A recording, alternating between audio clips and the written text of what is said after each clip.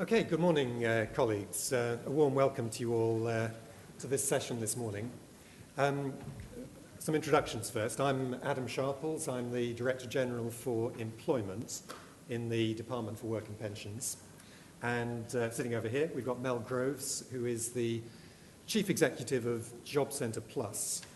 Many of you will know Jobseeker Plus, the largest agency in government, employing around about 70,000 people and delivering services right across the country. Great to see so many of you here this morning. Can I just get a feel for who's here? I was chatting with one or two people earlier, and I think we've got a good, strong turnout from Jobseeker Plus itself. Can we just take a show of hands? Who is here from Jobseeker Plus? That is a fair proportion of the audience, so welcome to you. Anyone else from Department for Work and Pensions? Not from Jobseeker Plus? Well, I think that's another good slice of the audience. Is there anyone here who is not from DWP? Great. Well, welcome to you. Good to see that interest in this issue. Let me just explain what we're going to do this morning. We've got an hour and a quarter. We're going to try and make this as interactive as possible. I should say that our passion for tackling worklessness in the department knows no bounds, and so we're not going to have anyone sitting here workless this morning. We're going to give you some work to do. I'm going to kick off with a little bit of the context on what's happening in the economy. We're going to do this as a quiz, so hoping to get you talking with whoever's sitting next to you and coming up with some answers to some questions I'm going to pose. And I'm then going to hand over to Mel, who's going to tell us about Jobseeker Plus and the work they're doing. He's going to show us a DVD of what's happening in Jobseeker Plus. And then we're going to move into a session where we're going to ask you to think about where we've got to and what more either your department or government as a whole needs to do to help the unemployed. So that's the broad structure for the session. As I say, as interactive as we can make it. First, a word from me about the economic context. If you look back just a year, think back just how different it was. We were at a point a year ago where unemployment was at about 800,000. We were as close to full employment in this country as we'd been for 30 years, since the 1970s. At that point, our focus was very much on what we call the inactive, people who are on benefits but not actively looking for work, people on lone parent benefits or sick and disabled benefits. 12 months on, how things have changed. We were hit in September by the start of the global recession. We saw over the winter unemployment rising by about 60,000 a month. We now know that the total is over 1.5 million and still rising. That is the context. That probably sounds a bit dry in terms of numbers, but every single one of those numbers is an individual. Someone who is feeling uncertain about their future, someone who's feeling insecure, perhaps financially, about what it means for their career, perhaps somebody who's just left college trying to find their first job. And those numbers don't capture the full scale of the problem, because we know that every month there are over 350,000 people signing on for unemployment benefit. Multiply that by 12, getting on for 4 million people a year who are signing up as unemployed, and that has ripple effects on their families, on their dependents, on others. So unemployment is having an impact on everybody in society. So that's the context. As I say, I'd like to get you involved. So if you're not sitting next to somebody, could you maybe just shuffle along so you are? Because what I'd like to do is to pose some questions and ask you to talk to your neighbour and come up with an answer to these questions.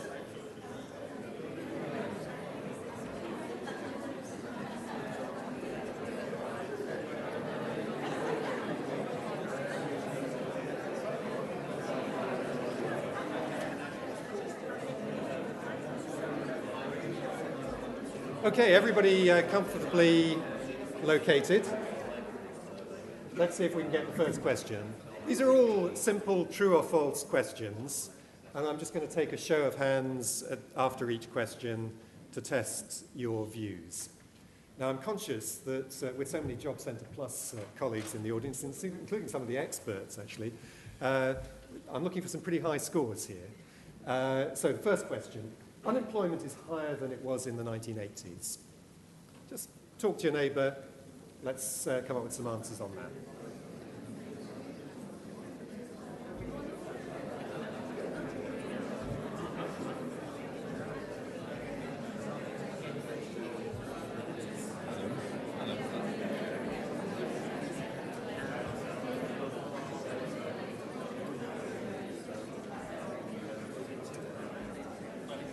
Okay, let's take a show of hands on that. How many people, and I ask everybody in the pair, don't sort of just have one vote between the two, everybody, who thinks that's true? Got some people down here, yeah, small minority. Who thinks it's false?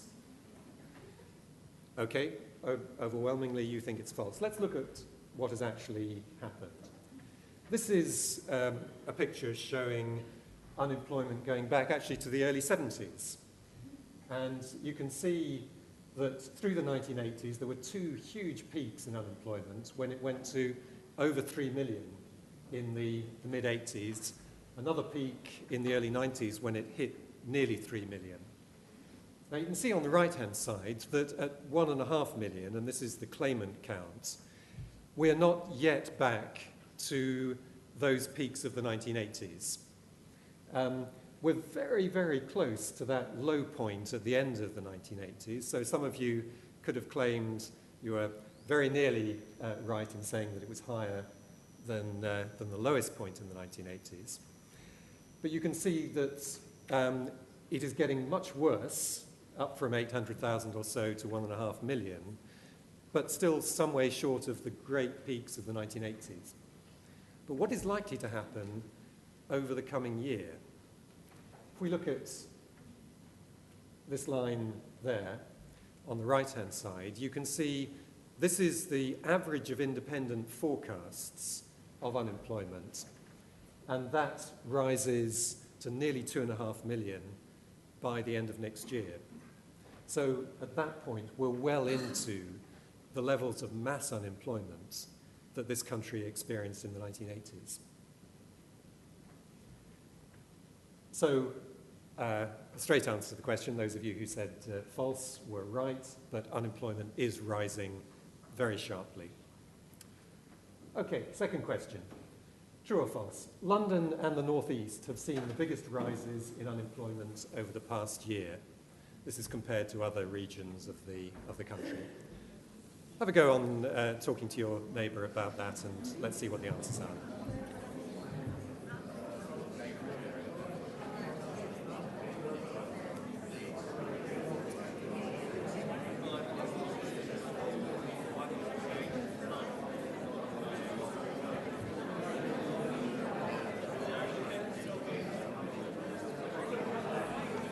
Jobseeker's fan club.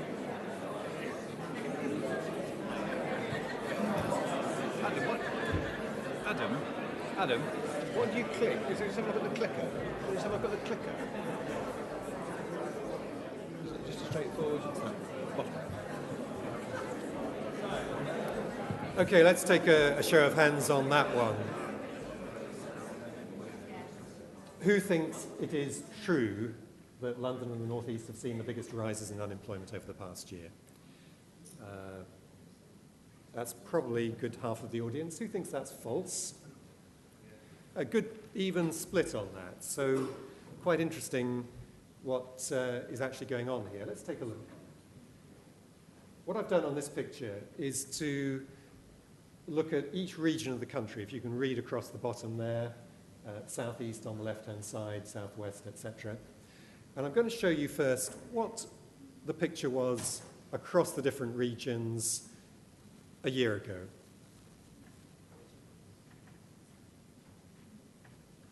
And if I'd asked the question, which two regions had the highest rates of unemployment a year ago, the answer would have been London and the northeast. You can see the northeast there, over towards the right-hand side, had just over 7% of people unemployed. London, interestingly, because London is often seen as a very prosperous area of the country, had nearly 7% of people unemployed. But if we look at what's happened over the last year,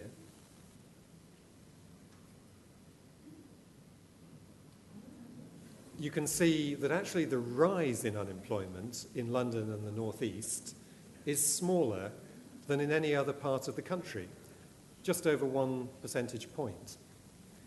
And the big increases in unemployment have been in regions like the West Midlands on the right-hand side, very badly hit because of its manufacturing base.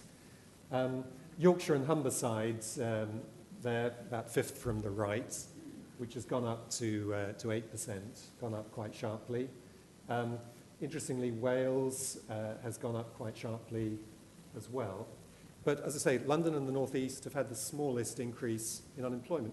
Interesting that two regions so far apart geographically should have such a similar impact.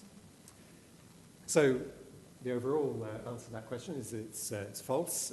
Unemployment has risen by 1.2 percentage points in both those regions, less than any other region in the country. Okay, so an even split on that. Let's take a look at the next question. True or false? Over 70% of people leave Jobseeker's allowance within 6 months of the start of their claim. For anyone who's not familiar with Jobseeker's allowance, that is the unemployment benefit.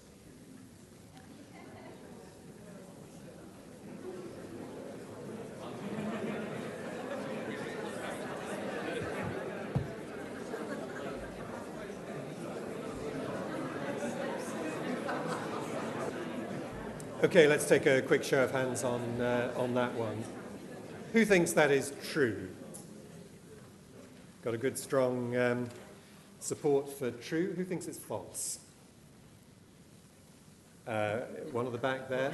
I think some of you might be spotting a little bit of a pattern here. And anyway, well done to those who've said they think it's true. Let's look at the picture here. What I've done here is to map out the proportion of people who leave Jobseeker's allowance after, first of all, 3 months of being on benefit. And on the left-hand side, you go back to 1994. The right-hand side is the latest figure. So you can see that after 3 months, round about 50% of people have left benefit. So you've got a 1 in 2 chance, if you sign on for benefit, you've got a 1 in 2 chance of leaving within the first 3 months. Now you can see that that proportion has been pretty steady since the early 90s. We've had quite a marked dip in the last few months, and that's a bit worrying. And we're very much hoping that through Job Centre Plus's interventions, we can get that figure back up again. Let's look at the 6 months point.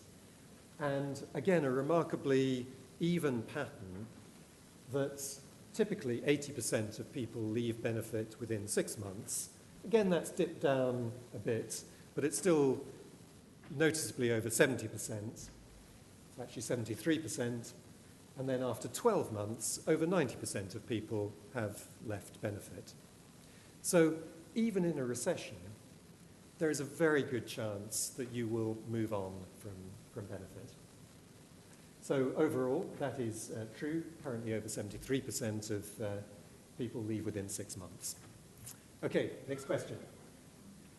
What about where people go to when they leave benefit? Are they moving on to other benefits? Are they all being shuffled on to sick and disabled benefits, for example? My question, true or false? Fewer people left the unemployment claimant count. Actually, this is a slightly different question. Fewer people left the unemployment claimant count last month than a year ago. Are we getting worse in terms of the outflow over time as the recession starts to bite? So take a look at that question, and we'll just take 30 seconds on that.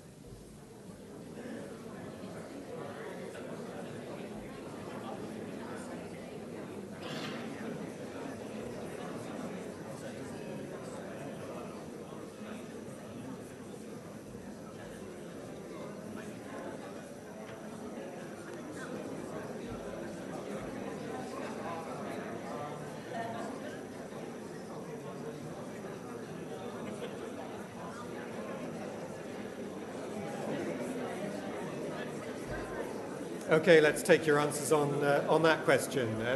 Who thinks that is true? Well, that's interesting. You've got good grounds for thinking it's true. We're in a deep recession. You'd expect fewer people to be moving off benefits. Who thinks it's false? Probably the Job Centre Plus people here. Let's take a look at what actually happened. This is going back to 1999 on the left-hand side, and it's counting the number of people who flow off Jobseeker's allowance each month.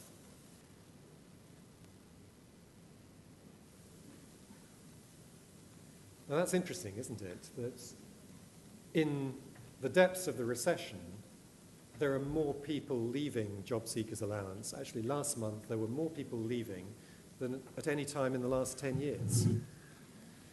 And the reason why that is, and it's a little bit counterintuitive, is that in a recession there are more people losing their jobs, more people coming onto benefit. But when people come onto benefit, because there is a good chance of them finding a job if they're looking for one, the off-flow tends to go up as well. And last month, over 300,000 people left unemployment benefit.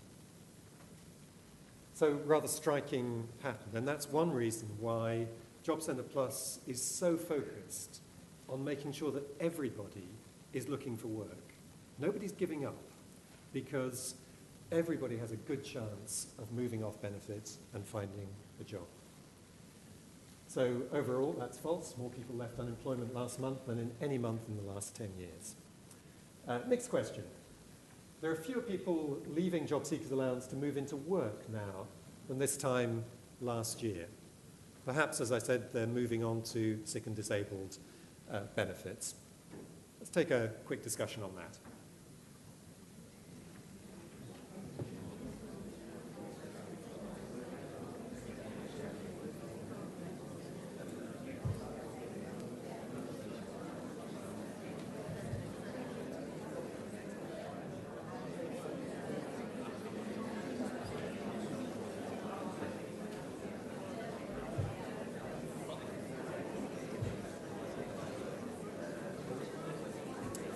Okay, again, in the depths of a recession, you might think that is true. Let's see who thinks that is true.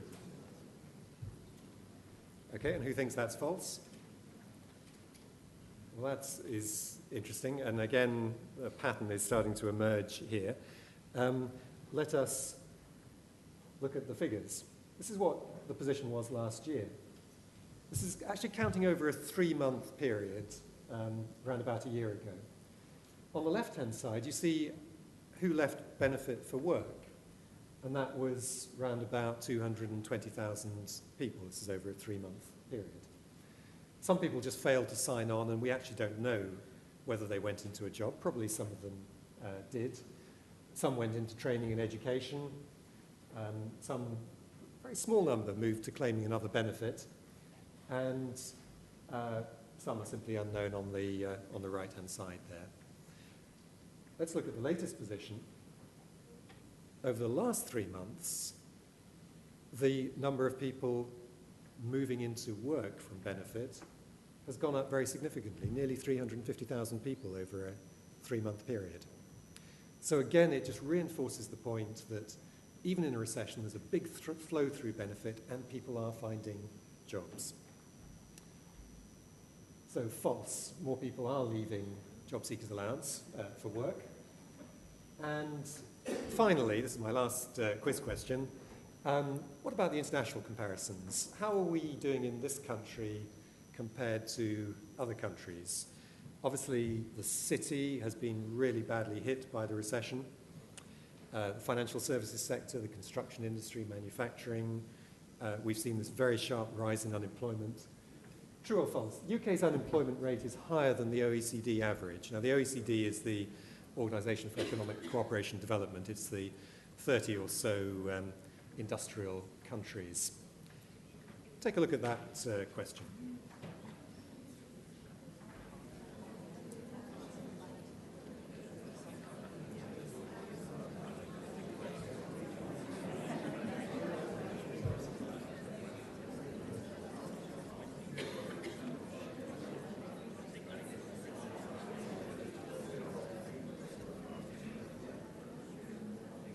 Okay, let's see who thinks that is true and who thinks that is false. Excellent. Full marks to everybody there. How does it look here? This is looking at the main countries. Japan on the left-hand side, around about 5% unemployment. Italy, 7%. UK, just over 7%. Germany, 7.5%. The OECD average, nearly 8%, so we are below the OECD average. We go on to look at Canada, France. This is the Eurozone countries, most of the EU countries, at over 9%. And then, worst of all, the United States, 9.5% unemployment, nearly 1 in 10 of the US workforce out of work. And another way of looking at this is to look at what's happened over the last few years in each of those countries. We build this up, just going back to beginning of 2008 on the left-hand side there, and we can see that in Japan, that red line there, been a bit of an increase over the last few months, but still pretty low. The UK figure rising from 5% to around about 7%. The OECD average rising at about the same pace, but a bit above the UK. The Euro area going from just over 7% to just over 9%. But most striking of all, the United States was below us and has shot up to 9.5%. So really very striking how the recession has hit very badly in the US. So, well done on the quiz questions. Anyone claim to have got them all right? Well done. Are you all Job Centre Plus people there? Yeah. So, excellent. Well done to you. There'll be prizes afterwards. Now, I'm just going to have a quick link into Mel. How do we help people who are unemployed? You'll see the basic theme from what I've been saying is that even in a downturn, there is a very good chance of moving off benefit and finding a job. How can we give real help to the unemployed? Answer, through two channels. First of all, through Job Centre Plus. As I say, the biggest agency in the public sector, 750 high street outlets. This is the only bit of government, central government, that has a national presence for customers on the high street, employing 70,000 people, delivering benefits, handling benefit claims, paying benefits, and then helping people into work. But alongside Job Centre Plus, we have a network of partners in the private and voluntary sector who we commission to deliver employment support. We spend about £1 billion a year on that network of partners, and on the whole, we pay them to deliver results. So the better the results they deliver, the more we pay. They deliver programs like the New Deals, and moving into the Flexible New Deal, which is the program coming in later this year to replace the New Deals. and programs like Pathways to Work for the sick and disabled. So that's the setup. And actually, interestingly, the size of those blobs roughly represents the amount of money we spend on the employment support through those two channels. It's almost 50-50. So that our provider network is operating alongside Jobseeker Plus, complementing what they're doing. And so that's my lead in to Mel, who's going to explain in more detail the support we give through Jobseeker Plus. Thanks, Adam. There'll be an extra question at the end, I've decided, watching Adam. True or false? Mel and Adam have rehearsed this 25 times in the run-up to this conference. True or false? That's the policy background, and in a way this is my bit is around delivery, and I'll try and make a few links with what Adam has been saying. So that's high-level trends and what we are doing and how the government's responding, and we're trying to bust a few myths. I suppose overall I'm trying to persuade people, I'm not trying to persuade many people in Jobseeker Plus and the department, but the people not from the Department of Work and Pensions, that Jobseeker Plus is not like the full Monty, it's different, and we don't have screens in offices, and we've got a different operation. So that's what I'd like to try and get out the next few minutes. A year ago, I remember sitting down with the previous chief executive and thinking, our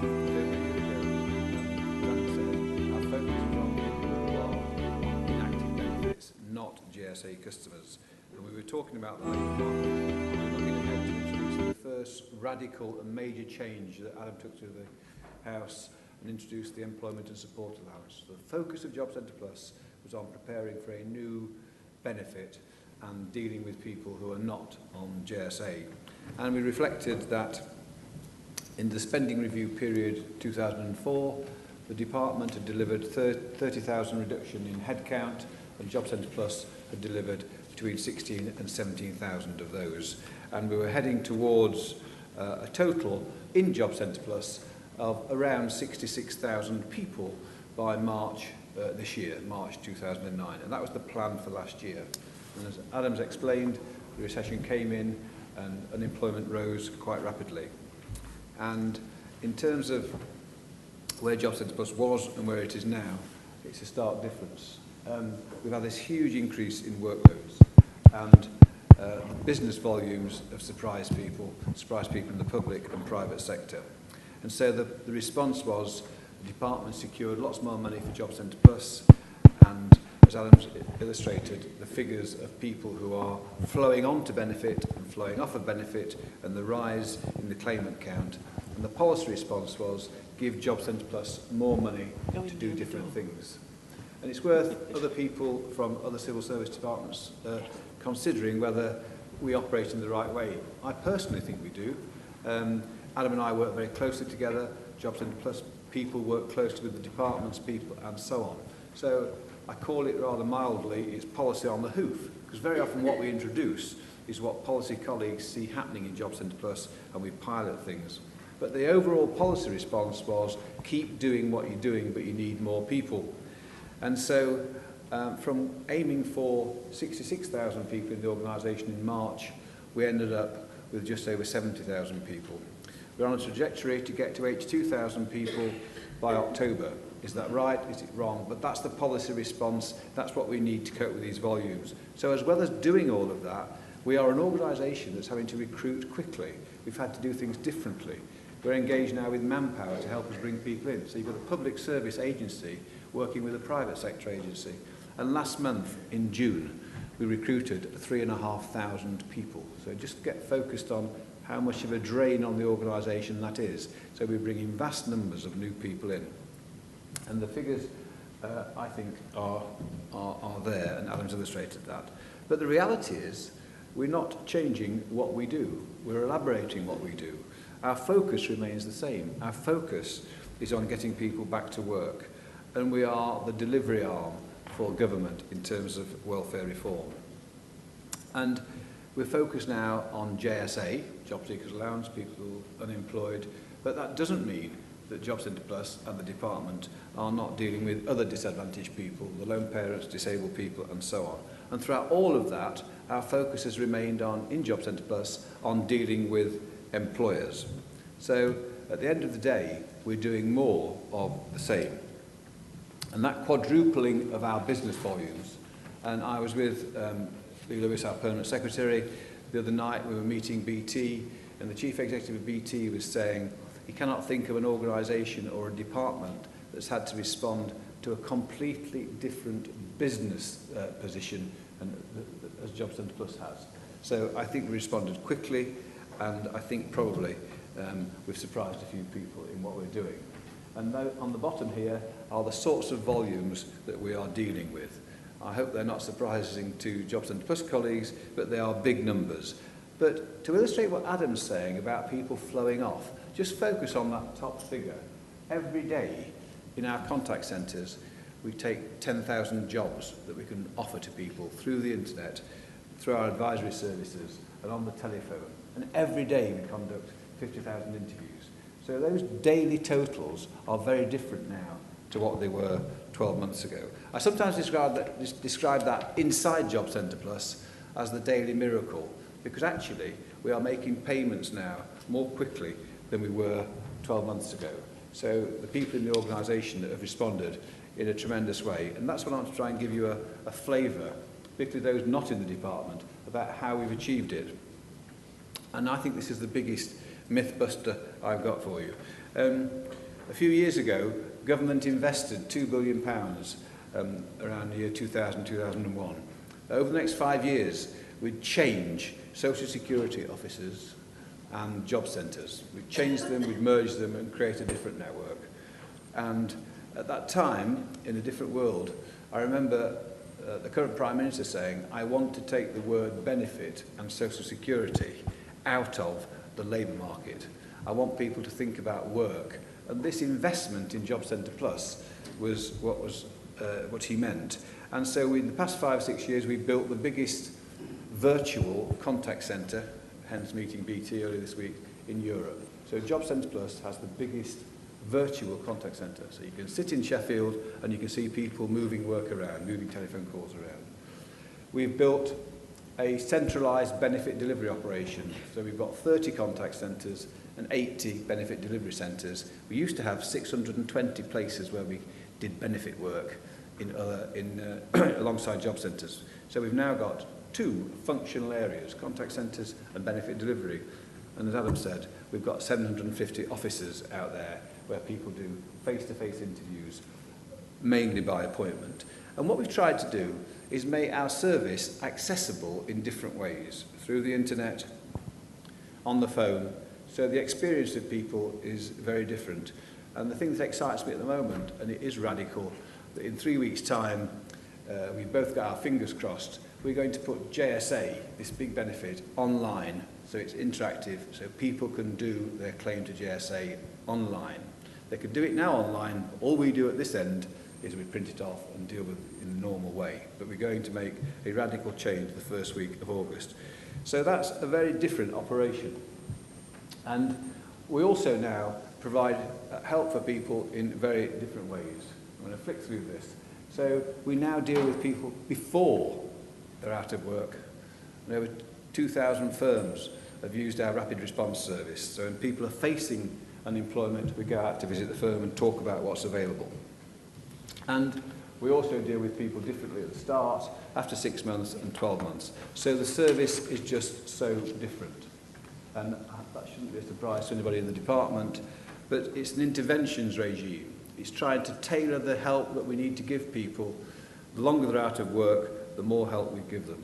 But Job Centre Plus now, because of that structure and because of the way of working, we have to work to standardise processes. So Job Centre Plus, we are heavily into leaning, and we try and use as many people in the organisation, particularly at the customer-facing part of the organisation. And some of the processes we now have are the result of people doing lean activities and to improve the customer experience. So I describe in other circles my time as Chief Executive over the past year It's coincided with the recession, so it's all my fault. You know, ever since I took over, the economy's gone down the pan, but we've had to respond. And I think that organisation that we've built over the past 5 years, I can think of easier tests to give us and give us longer to prepare for it. But that machine, that welfare organisation, has had to work alongside Alan's people and prepare. And I think that Job Centre Plus has done a fantastic job. But I qualify that by saying that the people in Job Centre Plus, the people who've been around a long time, the new people that are coming in, the people in the department have worked together. The joint effort to cope with what we've had to cope with has been pretty remarkable. And that's why I come back to policy on the hoof. What I'd like to have done now is taken everybody to London job centres so it can show you what's actually happening. Maybe not perfect, but it's bulk business. What Job Centre Plus does is deal with huge numbers of people. But as Adam said, we have to try our best to treat each one of those people as an individual. They could be a member of your family. And actually, what we want to try and do is deal with bulk business, but also to give people a feeling that Job Centre Plus offers them hope that they will get back to work because of what Adam's been saying.